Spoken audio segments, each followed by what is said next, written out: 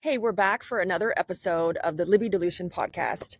And our first episode with Chris was so popular that we asked him back for a second visit. And Chris, do you want to introduce yourself? And we can dive into, we have a lot of similar interests.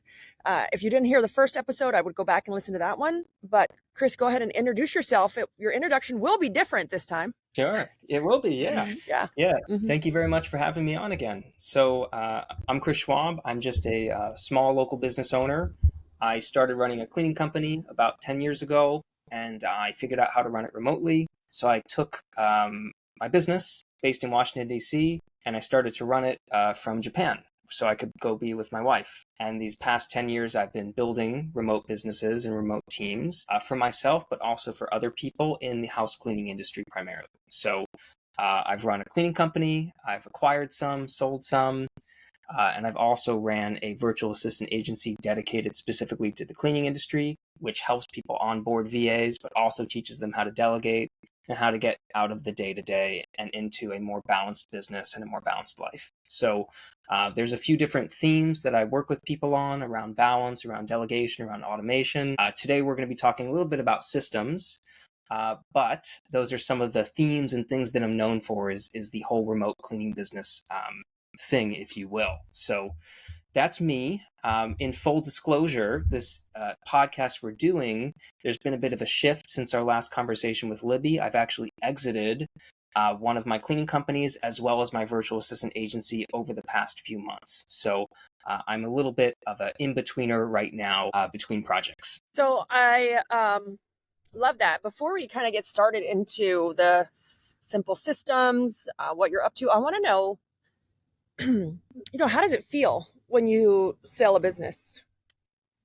After you're one, it's a lot of work kind of getting it ready to sell, getting ready to exit. What's that feeling? What are you doing right now with your time? And what's the feeling that you have? It's different every time. I've exited 4 different businesses now, and every single time the feeling is very different.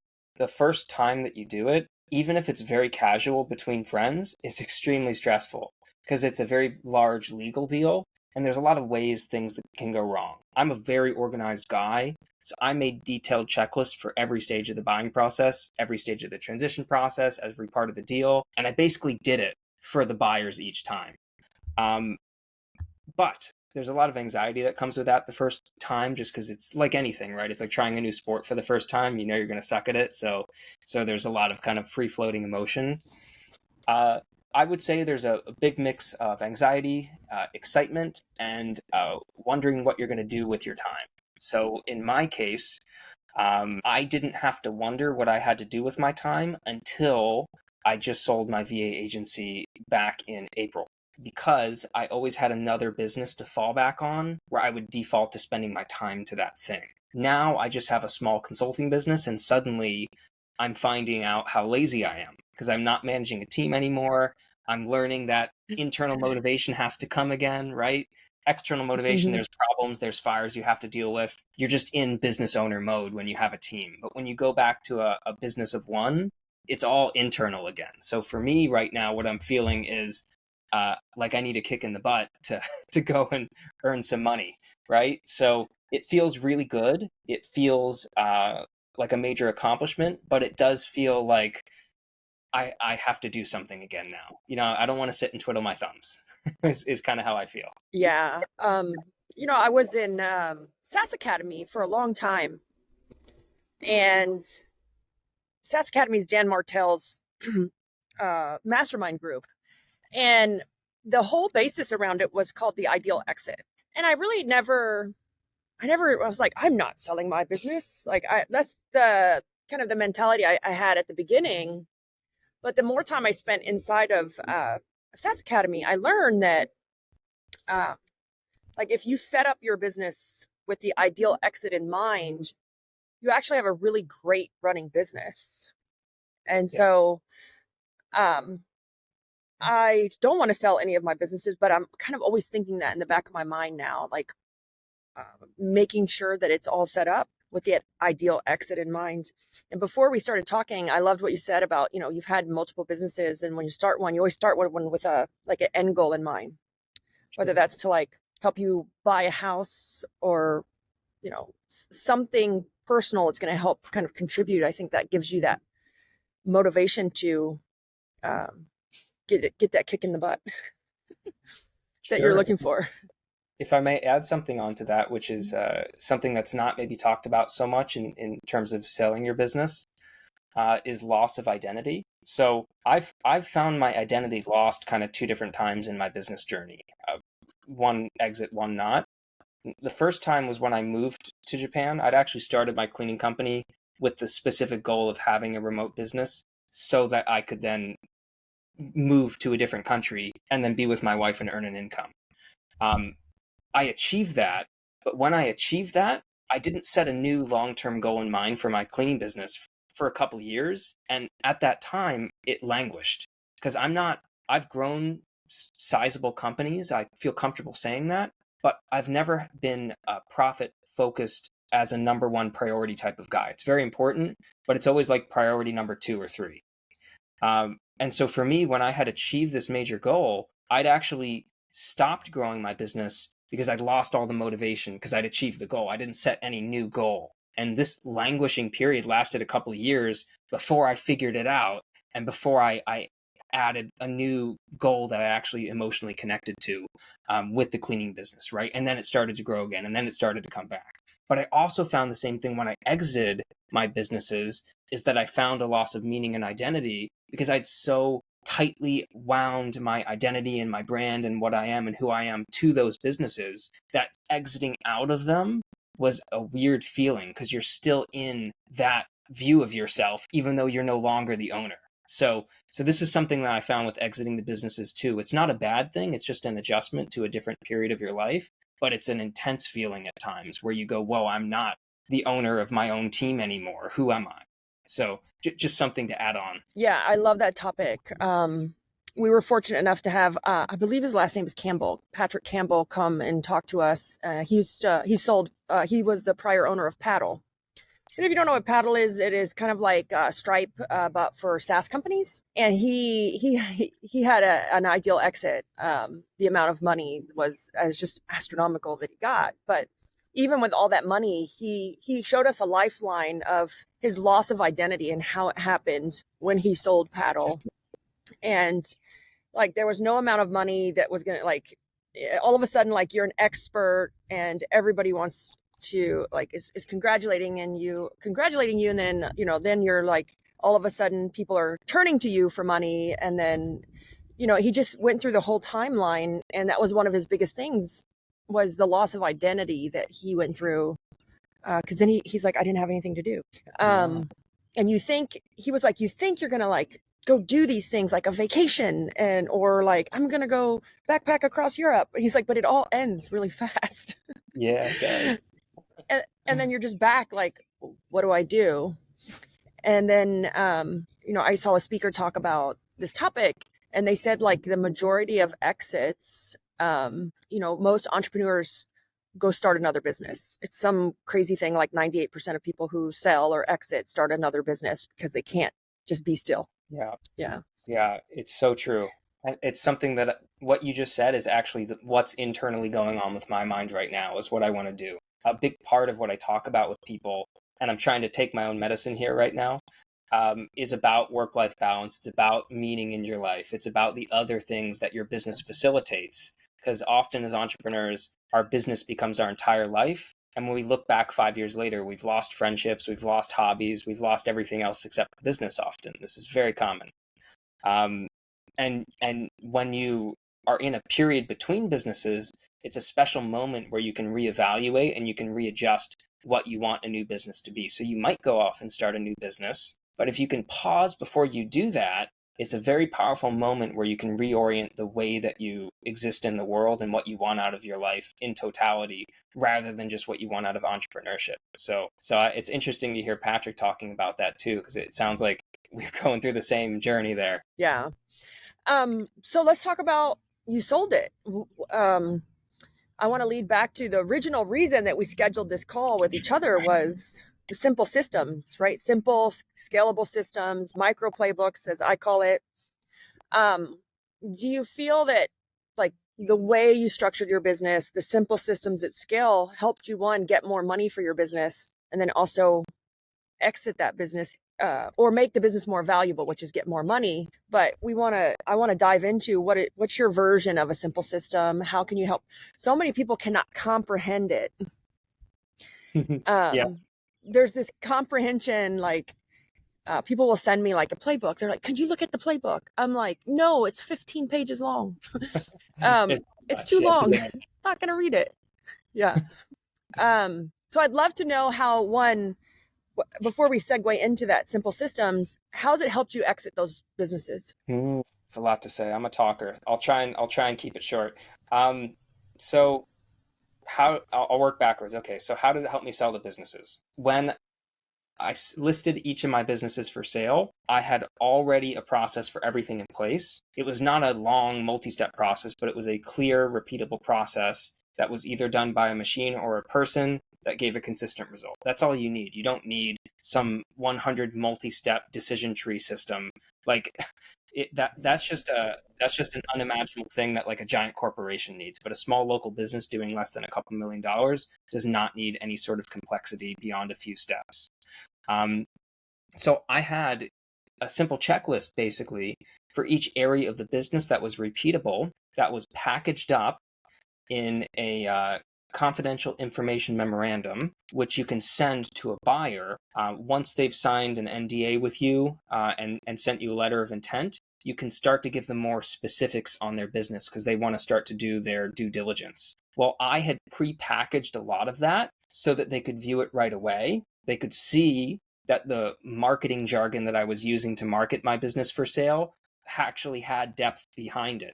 Because a lot of people use the word system now and they know they need systems, but it's become a buzzword with no depth. So you have to add actual depth to that when you're trying to sell the business. You have to show them that it's systemized. You have to show them that it's a process that's repeatable.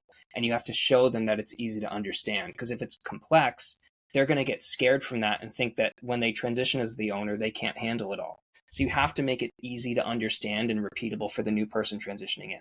So what I did was I packaged them up into a very neat bundle, and I did a Loom video walking through each system in the business, and I showed them, this is how you do this, this is how you do that. If you follow this, this is the result that you will get each time. This is what the office manager's job does. This is what the lead cleaner's job is, right? So I gave an overview for every part of the business that they could go through and watch before they had actually bought the business. And this is, of course, more information than most will give, but it's a very reassuring thing for a buyer to see that you're actually opening up everything to them up front. So it helped me sell each of my businesses because they were very impressed with the level of detail available to them during the due diligence process, even before we started the final contract versions. So it was a huge part of the sale process in each of the sales that I did. I love that. I love that either a machine does it or a person does it, right? Because that's an automation or software. Before we go into the notes that you made for me for simple systems for our listeners, when you're starting this for people, because this is so many people reach out to me and they're like, Libby, I don't even know where to start. Like I have writer's block. I don't know how to do it. I have my own ways of suggesting to them how to get started, but I would love to know, how do you recommend they just get started? Sure. I want to Very see if they simple way. align. Yeah, it's a very simple way. There's a software, it's a checklist software called process.street. That's the URL. It's not .com, it's process.st. If you go to that website, the pricing is updated because they added AI features, but if you email the support team, they have a $97 a month plan. They just don't highlight it on the pricing page anymore. I've used this software for a number of years. What it is you have an account and you have a repeatable checklist that you can create for a process that you need in your business, which can be automatically ran. And what this is called is each time you have, for example, if you have an onboarding process for hiring a new cleaner, you would have a checklist with each step of the hiring process in Process Street's hiring checklist. And each step, you would have the information that needed to be collected or the stage that the applicant is on to be worked through. And you would tick off each stage, and each applicant would have their own mini checklist that would be repeated when a new applicant applies. Now, of course, there's great hiring software like Recruit, but I'm just using this as an easy example to explain how to use it. You want to use a simple checklist software like Process.Street, which will allow you step by step to build your own process for each task or each system in your business, which you can then either automate or hand off to a person.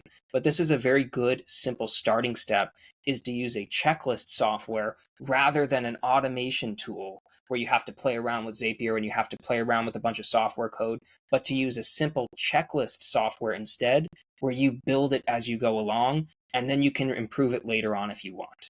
But this would be my initial step for you, or for anyone listening, is to use a type of software like this, where you build it as you go. So I love your feedback. I always tell people, first, you got to start documenting it. Whether you write it on a piece of paper or a Google Doc, you got to get it down. So like your simple software checklist is that, just get it down. So many people want to run to an automation software, but for me, that is the last step, because you don't even know if that process will work. Like, you don't even know because if it's, I always say, like, you don't want to automate chaos. So Yeah. you want to make sure that it is the process. Those are the steps. They are now repeatable.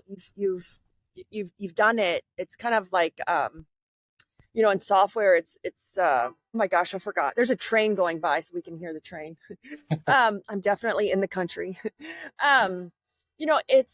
It is a proof of concept. So in software, we call it a proof of concept. Before you make this thing, you have to make sure that you have a proof of concept. And I love it when you said, don't automate it yet, like, just get it down, a simple checklist. And I agree, because when you run by the software, most people give up because, one, they haven't captured it yet, and two, then the software is overwhelming and they don't even know how to automate it yet. Oh yeah, that's a big one. Me and my husband fight over this because This is I'll ask him for something and he'll go and like automatically create some automations, write some script, and I'm like, no, we just need to try it first. What if we don't even like it? Oh yeah. So this is the main source of the entrepreneur's marriage fight, I see. That's funny. Okay. So to hammer this point home that you're making, I have simple rules that I work on with my students when they're implementing systems. There's different ways, like there's done with you or done for you. I'm a done with you coach rather than a done for you service. There are done for you services where you can pay a Zapier automation expert or a Go high level guy for their Go high level snapshot, and they'll just copy their automations for you and they'll say it's great. Actually, I think that's a suboptimal approach, and I think it's really probably going to hurt you in the long run to do that. I prefer a done with you. Most people don't like it. They bought someone else's system. And they bought is what they bought. Yeah. Right. Yeah. And they don't like it, or they don't know how to change it or make it their own. So we're totally on the same page with the done with you. Right. And even worse is it's not portable. So I have a couple of different rules when I'm implementing systems with my students that might be helpful to impart today. Obviously, this is like pared down just for a short interview, but one of the rules I have is simplicity over complexity. We have to remember that we're not actually small businesses. We're a micro business. If you look at the definition of a small business, it's way bigger than you think. And most of us here do not qualify for that definition.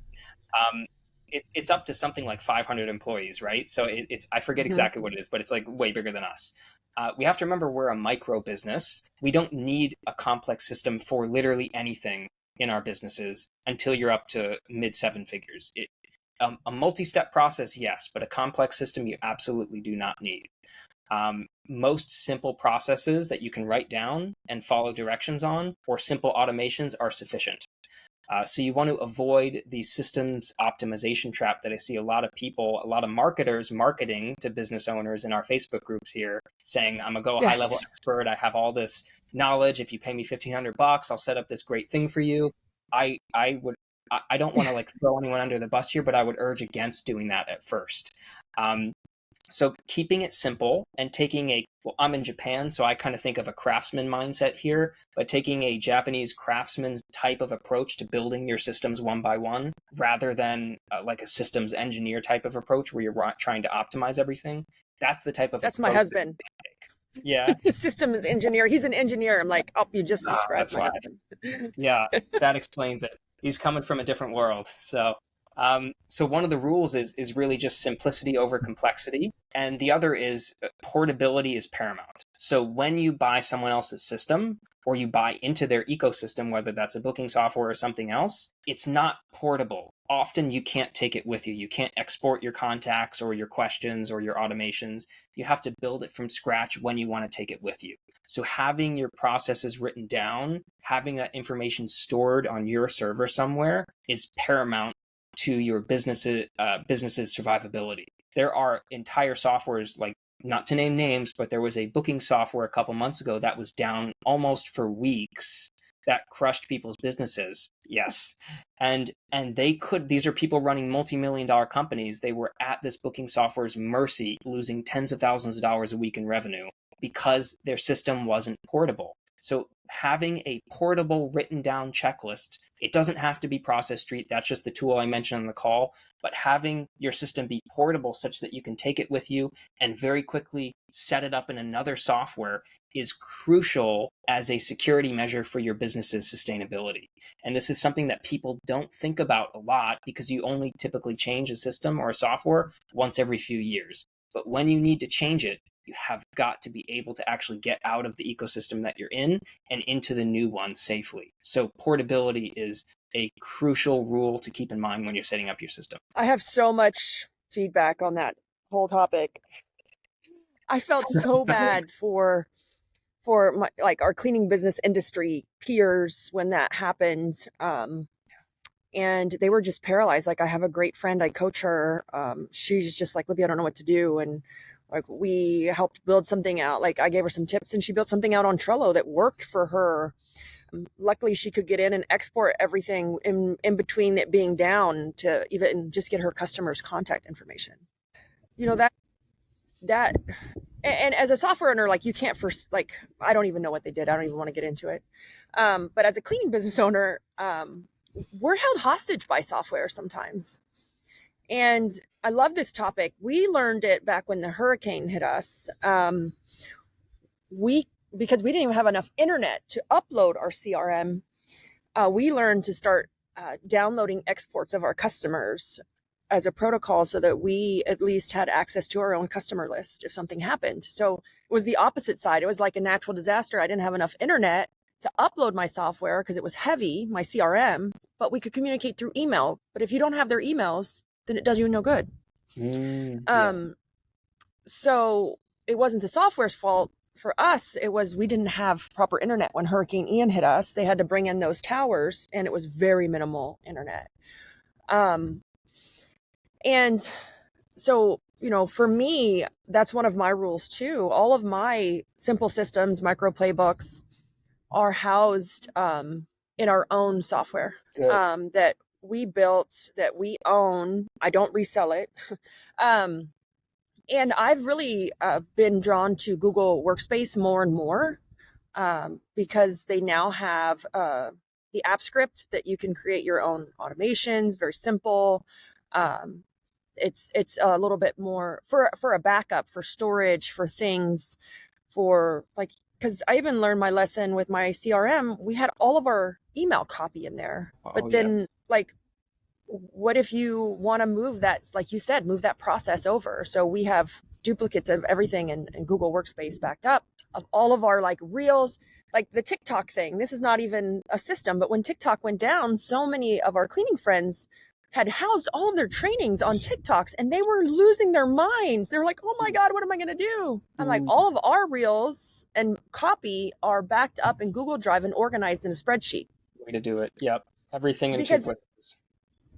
Because even if you put it on Facebook, Instagram, TikTok, you don't own it. You don't own that platform. If it goes down, if someone hacks your account, like, that's a whole nother topic. And if you don't have your information backed up, you don't own any of it. This is the way that, yes, Libby, it's very similar for me. So what I have is I have the originals on my desktop. I have a online backup client called Proton Drive. It's part of the Proton Mail ecosystem that will store everything in the cloud so I can access it when I'm traveling. And then I have the actual things within whatever software I'm using. So there's always an original copy that's accessible. And if I can't access one of those three locations, well, I'm probably dead somewhere. There's probably something real bad going on at that stage. So, yeah, you're totally right to hammer this one home. Portability is a huge one. And the other simple last rule. I know I'm talking a lot today. No, go ahead. That's why we're here, to talk. Yeah, that's true. Yeah, that is. I'm going to wax philosophically a tiny bit here. I'm going to go back to like Socrates, like 2,500 years ago. One of the central tenets of this Socratic approach is this idea of earned wisdom versus passive knowledge. And there's this idea as it relates to systems where you can study facts, you can study a system, you can have someone else implement it, but you won't understand that system, number one, or number two, you won't even understand how to run your own business anymore unless you get your hands dirty and use it and learn how to set it up. So there's a crucial difference when it comes to anything in your business and life, but typically, of course, we talk about systems today, but as it relates to systems, which is a scary word for a lot of business owners, this is very important. If you don't understand how to do everything in your business, when it breaks, you're going to have a huge problem. And this is the difference between being a business owner and being at the mercy of another business owner who knows how to run your business better than you do, or who you depend on entirely for some part of your business. So I just want to talk about that, is this difference between earned wisdom and passive knowledge. Just think about that in your business. A lot of us are always, and I'm the outsourcing delegation guy. I literally ran a VA agency for 10 years. Like, I'm all about delegating stuff in my business. So I share this as a warning from someone who talks about this stuff all day, is we're all in a hurry to delegate stuff because we don't want to do everything in our business all the time, right? But if you don't understand how to run your business first before you delegate it out or before you automate it with something, you're going to have a really bad time trying to scale that business up. Or when something breaks, and I promise you it will with 100% certainty, when something breaks in your business, you're not going to know how to fix it. And maybe everything else in your business comes to a halt too. So you have to understand what you're trying to accomplish before you buy someone's course or before you buy someone's system or before you start a new software. You need to understand what you want to do before you actually do that. So just put that PSA out there, if you will. I really do love this topic. So like, I love coaching. I love mentoring. I have a coach. I coach other people, but there's also a reason why they don't necessarily just give you the answer to everything. Or, people ask me stuff all the time. Can I have your blah, blah, blah? I'm like, or they're trying to like, can you give me this? Do you have a playbook for that? Like, and that's great and all, but my processes won't work in someone else's business.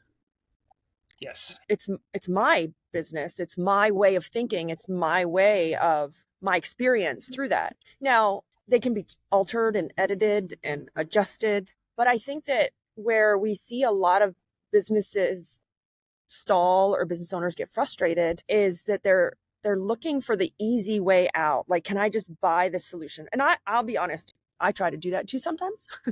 Can I just buy the solution because I'm frustrated? But we've all learned this, is that you have to experience the pain, like the suck, the struggle, to earn the wisdom to like learn that. Right now in Woot Recruit, I'm back in the ops department, and your statement is really true. I built the first version of Woot Recruit and never went back to ops because when we started Woot Recruit, it was my process. My at that time co-founder took it over, made it scalable, and I went and focused on marketing and vision and that kind of stuff. And I've never been back to the ops department. And I call it founder mode. Like, I have to go back in and to the trenches and get my hands dirty And because I'd said, man, I haven't been in the ops department in years. For us to scale this to the next level, I really have to understand what the heck we're doing in there. I don't even know what we're doing in there. Because it's not, I know what the original version looked like and what we used to do, but it's Paul was running it and my husband took over ops and now we have someone else running ops. And I'm like, no, I need to go back to founder mode. I was reading an article from the CEO of Airbnb and he had to, he was going back into founder mode into the ops department because something was broken. And until you can learn it and understand it, you can't fix it. Yeah, very well said. And no, I don't want to be in the ops department right now, but it's what the business needs. Yeah, it's not fun, but it's always enlightening when you go back. You're like, why are we doing this? Or you find great things. Like I have a great team, but they don't have the wisdom. They're not the entrepreneur. They can take our simple systems and continue to run it, but they can't fix the things that are broken necessarily. Right. Just like we sometimes need an outside pair of eyes to come and look at our business and tell us what's wrong with it, so too do the people that we put in certain positions in our business. We have to check in on them occasionally and give our perspective. It could be a consultant's perspective, I don't know, but they also need a perspective outside of their own once you've delegated that department to them. I went through the same thing last year too. We were revamping our hiring process and at my VA agency, and I came in like gung ho, like let's do this. I want to get involved again, and I started saying things like let's do this, this, and this, and they were like, "Oh, we haven't done that in 4 years. What are you talking about?" And I was like, "Oh, I'm embarrassed. I thought we were doing that the whole time. Why did we stop doing that?" you know. And we started Well, doing it again, and it was great. But like you just don't know when you're so uninvolved. no, and what I've seen in both my cleaning company here lately and in some of the softwares is that we stopped doing some of the really simple things, and you automatically think something's broken and I need to go buy something or sign up for another course or we need another automation. But when I got back in there, I was like, wait, we got away from some of these really great, simple processes. Why did we stop doing them? And it's just natural drift. I don't think anyone does it on purpose. It's a natural drift in business. And we think we need a new solution. Read another book. Read my book though when it comes out. Read another book or sign up for like another automation or software or like. And I've noticed that we have drifted from like just very simple things. And my mission this year is to go back to basics in business, like just deliver a really great service. Who cares about automations? Who cares about certain, like just a really great service? And let's go back to the things that we used to do when we were small. We're totally on the same wavelength here. I got two quick thoughts for you.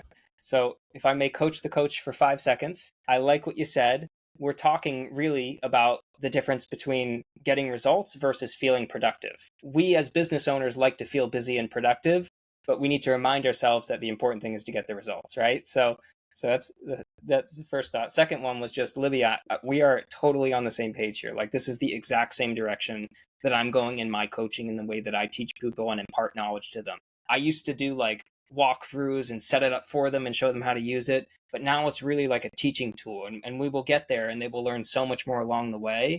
And it's a totally different way of working with other business owners. And I prefer it much more because I can see them understanding much more how to work with their businesses and how to progress through these different sticking points that they're hitting. Before I would almost do it for them in a way, like because I wanted good value for money, right, when they were paying me. But now I'm like, no, we're going to sit down and we're going to go back to the foundations.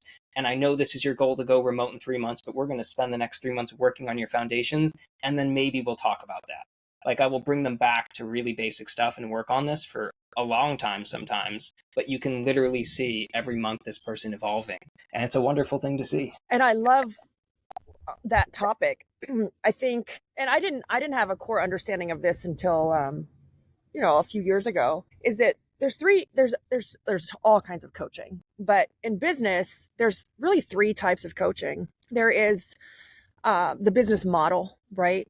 That's the core foundation of the business. It's how the business runs. And then there is leadership coaching. It's how do I show up as a leader? And then there is, you could call it like personal coaching or life coaching. Who do I need to be for this business? And I think we all we try to buy the solution for the business model. Like, let me buy like the solution, but they don't ever implement it. We don't ever implement it to its fullest or make it our own. And then we go straight to like, now I need to be a great leader. Let me get some leadership coaching. And then they struggle with that. And then they're like, very few people go to the personal coaching because they stay at like that leadership. They think it's leadership, and leadership is very important. I think I did it the opposite. I got my business model down, and then I went straight to who do I need to be so that I can show up that way as a leader. And I think a lot of people don't like the business model coaching because it's boring. Right? It's not the sexy part of business. It's like the implementation. It's kind of like, it's the boring, where the innovation and ideation is like fun and exciting, and it's ideas. And most of the time we don't want to do the boring stuff as entrepreneurs. But if you have that core foundation, we've all already paid for it. Somewhere, somehow, you have a core foundation to your business, whether you bought it from a course, you bought it from somebody, you have it. And my mission in life is like addition through subtraction. Like, I don't need to give you more stuff to do. Like, let's go and pull out that course that you bought. Let's go finish implementing it. Like, or capture your core model, because you have something, you just may not have it documented. And then we can focus on who do you need to be. So funny. I was having dinner with someone, and this is a common theme, especially in residential cleaning. A couple people were like, Libby, they don't need me in the office no more. I don't know what to do with my time. I keep going in there and I get like, they tell me to leave. I go in there and I cause disruption because I'm bored. And I'm like, this is your time to work on you so that you can show up as a leader to lead these people, like through the, through war if you need to. But most people don't work on themselves. No, it's a last thing we work on usually. Gosh, Yeah. I see the same thing a lot through my VA agency. Because people would hire us as office support so that they could take a vacation or become an absentee owner or go travel or whatever. But I would notice, and I'd have to talk with them, some of them sometimes, because they were like semi-harassing our VAs, and I say this jokingly, but Yeah. they hire us It's kind of like the lady that follows you around while you're cleaning, and yes, you're like, stop exactly. following me while I'm cleaning. That's exactly it. And you have to say, hey, like, you're paying us a lot of money to manage your business. You have to go and relax now. Like, take it down a notch, chill, do like a worksheet if you need to figure out what to do with your time now, because they've gone from 10-hour days to 4-hour days. And that's a big shift in a month or two. Like, that's psychologically, that's an enormous shift in your life. Like, a lot of people will promise that, but when you actually go through that experience, it is disconcerting to then think about what to do with your time. And I'll tell you a danger here. I don't know if you'll agree or not. There's different types of business owner. There's the growth business owner. Then there's the work-life balance, which is like my kind of crew. But what I perceive to be a danger is when people finally get an office team and they get a lot of their time back, they immediately default to taking the extra 6 hours a day that they got back and just go back into pumping it into growth. They're marketing again. They're doing sales again. They're trying to grow the business again. Like, okay, we're doing 3 million. Can we get to 5 million this year? There's nothing wrong with that in theory. But if you've just paid an office team to manage most of your day for you, and then you go back up to a 10-hour day again, that I think is something you should pause and think about very deeply before you do it. Because I notice a lot of people, they tell me their life goals, they tell me what they want out of the business, but then when they are actually free to do something else, they just immediately default to trying to grow the business again, instead of trying to do the other things that they were dreaming about when they were in the position where they didn't have the team to handle it. So just a reflection to think about it before you go back into growth mode. So I love this because someone literally said to me, I don't know what I was doing. Oh, I traveled Mexico for 26 days. 26 days we were in Mexico. We traveled all around, just me and my husband. No kids. We didn't hardly work. We did a little bit of like planning, like bigger vision planning, like talking and, that kind of planning. But one of my friends said, Libby, how do you not feel guilty that you're not in the day-to-day? And I think that either there's guilt, like, oh my God, I was working 10 hours. I need to work 10 hours somewhere else. Right. And so let me, like you said, jump back in there and do more. There's guilt, or where this goes like even deeper. they don't want to do the self-work. They cannot be alone with their own thoughts or in quiet spaces because they need to do the self-work. But a lot of us, at least I did for many years, avoided it like the plague, like at all cost. I didn't want to talk about it. I didn't want to think about it. But that in fact is what was keeping me small, and keeping me the bottleneck of the business. And right now I have a coach, and this coach is paid. He's paid high dollars, and he's like, Libby, I don't care about any of your businesses. It's like, I only care about you. It's like, who do you need to be? What do we need to, he references athletes. So he's an ex-sports coach. Who do you need to be? We need to work you out, condition, like, and it's not working out. It's approaching leadership and life and personal growth like an athlete. And he's like, I don't care about your business. This is all about you. Who do you need to be? How do you need to show up? Who are like, and yeah, we talk about some numbers, but we don't get into the minutia of the business. It's more about supporting me in my role. And for me, that's been great. And I've never had a coach like this before, where it's all the focus is on me. It's somewhat uncomfortable. And, you have access to him 24/7. How's it going? Like, what, and it's somewhat uncomfortable because it's almost like you feel guilty, or you're not worthy of like that much time or attention from somebody. But I really do think as a business owner, we struggle with that guilt. Like, oh my God, I need to be there every day. Or, hey, I don't want to face that hard thing. I've got a reflection for you here. So, two things. You're going to discover, because you're growing bigger now, you're going to discover there's a stage beyond managing the managers where you're going to have to decide, Libby, if you need to hire an outside CEO to make the business progress further.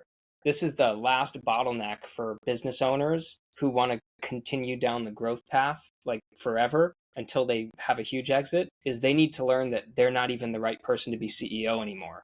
So they have to learn to replace themselves. They have to learn to replace I've done that in some.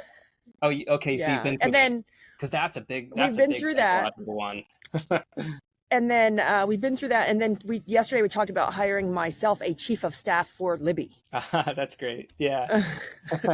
He's like, I'm not there yet, but he's President like, well, Libby, if you don't do that, you won't get to where you're trying to go. Yeah. It's a humbling thing. I mean, it's exciting, but it's a humbling thing to have like that really senior management team be built up. I want to share one thing with you, if that's okay, that I think really speaks to what you're talking about with the guilt. So my ZenMade presentation is very different than I'm doing the ZenMade Summit thing this year again. Me too. Yeah, I saw you on the page, the speaker page. My topic is very different this year. It's usually on delegation or VAs or going remote. I'm doing a very different one this year on Zen wisdom for cleaning business owners. And I saw that. Yeah, and a part of it I'll just share here. It's a tiny little part of it, but it's an interesting dichotomy that I've noticed in my Zen practice, but then in my cleaning business. Cleaning businesses is to bring joy and peace and organization to our clients, but running it is very chaotic, right? And one thing I've noticed is a meditative, philosophical type of practice is usually centered around balance and stillness. And a lot of us talk about wanting this type of thing. We need to meditate more. We need to be more mindful. We need less things to do, right? But the very operating system that an entrepreneur runs on, our lifeblood is progress and action and energy, right? And always moving forward and never giving up, which is the direct... We're adrenaline junkies. Right. We are junkies of progress and change, right? Which is fine. I am too. But it's the direct opposite of stillness and calm and control and poise that we want secretly inside, right? So part of what I talk about is this strange dichotomy and how to balance this stillness and action as an entrepreneur in your cleaning business. So if you can achieve this balance, all of this guilt that we're talking about will go away, because your perspective on how you manage your business and yourself will radically change, and you won't have to give up any growth. It's just a different way of viewing and a different way of acting in your business as an owner. You don't always have to be progress oriented. You can pause for a minute and reflect and change and then get going again. It doesn't always have to be go, go, go, right? So just wanted to mention that because it's an interesting topic on my mind recently. Yeah. I have to give it back to Dan Martell. I was in his boardroom group before he exited. Um, and one of his things that he just drilled into us was we used to call it the woo woo work. Yeah. As a group, we were like, oh, he brought us another woo woo exercise, and he would bring us the most interesting people. So we would meet together once a quarter, and it was like a day and a half of learning, and then a day of adventure. I don't remember. Maybe it was a day of learning, and then a day of adventure, and then a day of self work. So like, day of learning, and then then the next day we'd go like rappel off the side of a building, Ooh. like eat fire, like scary things on purpose. But he always brought us at the end some sort of mindful exercise. I have done so many things that I would never have tried ever, but now I love them. From meditation to like certain breathing to we can name, sound baths, and like we can just go on and on and on with what Dan brought us. But more than the teaching, those things changed my life. They changed how I think about myself. This mindful work, the Zen work, you could call it. Yes. It changed who I was. I became a better parent. Like that's probably the best thing that changed was my marriage with my husband, and how I parent my children. The byproduct was it made me a better leader in the business. Oh, that's lovely. Yeah, yeah.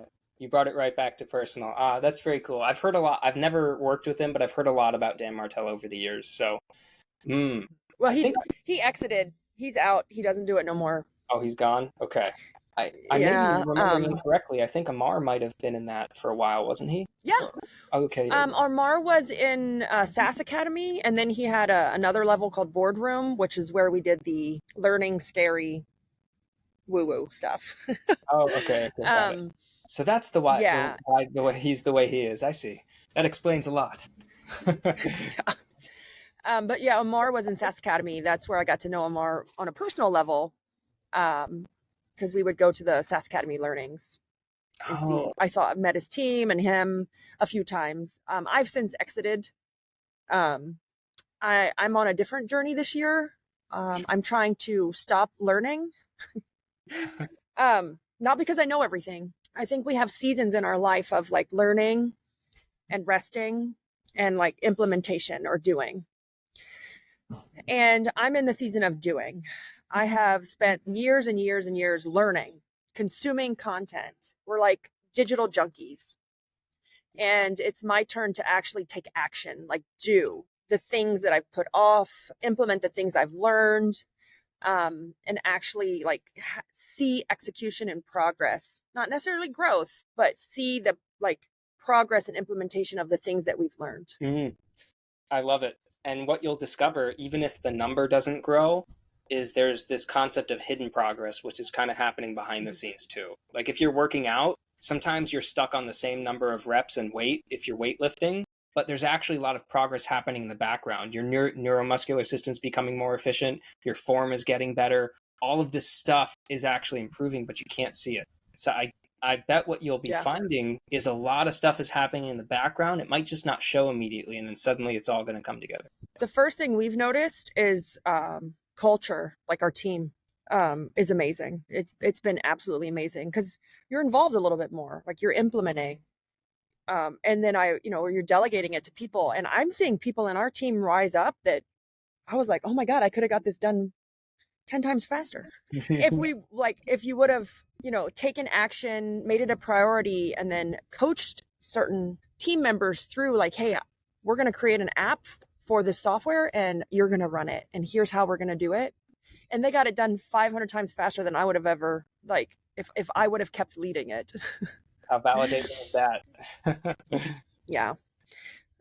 So any last words? We've been on for an hour almost. It goes fast.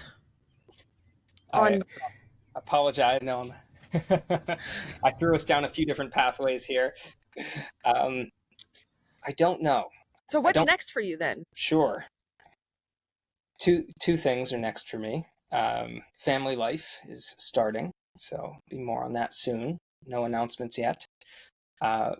Yes, but I have um, three children you could practice with if you need any practice. oh, well, if they ever need a home stay, there's always a home in Japan. But Oh, don't say that, because my two older boys would be there in 5 seconds. oh no, have I just doomed myself to? Yeah. um, yeah. So in the business world, there is a couple things next. I'll keep it brief. So what I for people who don't know, I don't really advertise it. It's really mostly small groups and one-on-one. There's no Facebook campaigns or anything about it. But the last few years, I've ran something called the Local Business MBA program that takes people through different stages of their business, through launch, through systemizing it, scaling it up, building an office team. There's these different crucial stages that you go through in your business, and I coach people at those stages to get to the next stage. So for me, I've always done this part-time because I've been focused on the cleaning business and the VA agency. I'm going into coaching more full-time. It's something that I felt strongly about for a couple years now, but it just kept kind of putting on the back burner for whatever reason. So this year and next year for me is all about expanding that program and expanding the amount of people that I can help through that. So the main thing that I'm going to be doing is really expanding local business MBA for people. And the other thing is just giving my time to a lot of people who need it. So I'm changing the way that I teach people and what I teach from just tactics or just starting to a lot more work-life balance stuff, to a lot more what do we want out of life. I don't want to call it life coaching because it's not that. It's very practical business coaching still, but it's blended with other parts of our life. It's kind of like the whole mind, body, spirit thing. You can't just take one part of a person and work on that. You have to understand and work on the whole person. And I believe that's true of our businesses too. So the way that I'm coaching and offering my time to people is very different too. I don't have a specific neat little answer for you, but that's kind of what's next No, for that's me. great. No, I love that. And so a question, do you own any of your cleaning businesses still, or have you sold all of them? Have you exited all of them? So I had 3 and I sold them all last year. Okay. Yeah. So you are totally free. For a tiny bit of time. So, I've been thinking about starting a tiny paid bit of time. for a while. So I'm pausing on it because like we talked about earlier, there's the urge to just go do something else, right? But it's been on my mind to do the whole painting thing and the other niches. So I actually help people start a number of different home service businesses, not just cleaning, roofing, lawn care, painting. But myself, I've always ran cleaning companies. So I kind of have this itch, like to prove myself almost, if you will, that I can do it in other niches too. So there's this part of me that wants to explore a little bit and play around with the early stage of a few different types of home service businesses. So nothing yet, but maybe soon. But maybe soon. Well, awesome. This was a great conversation. Chris, thank you for joining us. And we'll make sure to add Chris's information so that you can find him on social media to the show notes. And again, I want to thank you for being a guest on the Libby Delusion podcast. Thank you so much for hosting me. It's always a pleasure, Libby. All right, take care, everyone. Bye.